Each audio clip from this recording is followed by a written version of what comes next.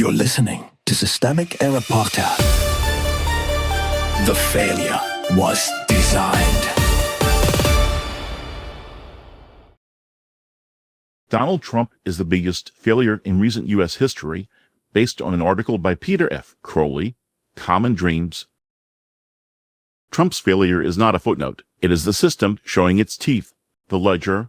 The source article uses the 250th anniversary of the United States to compare presidents and lands on a blunt conclusion. Donald Trump's second term is not merely bad governance, but a concentrated assault on prices, public institutions, speech, and war powers. That framing matters because it puts the story where it belongs, on institutional damage, not presidential fear, power, not confusion. Trump is not a bystander to inflation, war, or administrative collapse. The article attributes the tariff-driven price spike, the assault on scientific and medical research, the expansion of ICE, the redirection of public money toward billionaire tax cuts, and the renewed war on Iran to his own decisions. That is the actual center of gravity here. When a president moves money out of nutrition, aid, and research and into repression and military spending, the proper label is not controversy. It is state power being repurposed for class rule and coercion. The misdirection machine, the weakest move in political coverage,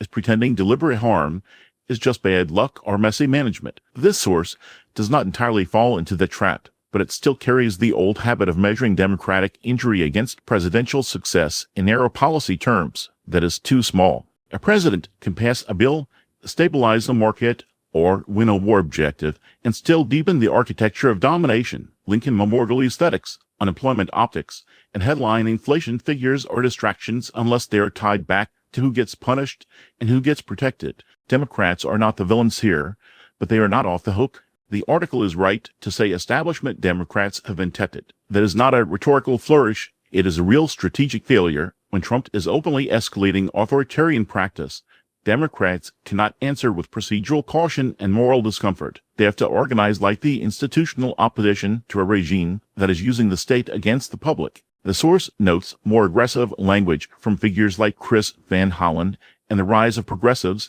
in primaries. That is the direction that matters, not apology, not triangulation, not a search for reasonable language while the machinery of repression expands.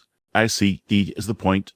The expansion of ICE by a factor of 9 is not a policy detail. It is the state building a larger deportation and intimidation apparatus. The article names the brutality plainly, and it should be named more plainly still. ICE should be abolished, not reformed, not retrained, not given better oversight, while it continues to terrorize immigrants and normalize domestic policing as racialized punishment. An agency that expands under authoritarian conditions is not a service problem. It is an instrument of coercion. What this moment reveals, the larger pattern is simple. U.S. politics keeps treating democratic erosion as a side effect of bigger stories about inflation, war, and personality. It is the opposite. The same political order that tolerates endless war, billionaire subsidy, prison logic, and the criminalization of dissent also produces presidents like Trump who stop pretending to hide the cruelty. His failure is real, but it is not accidental. It is what happens when the state is built to absorb abuse until someone comes along willing to use it without shame.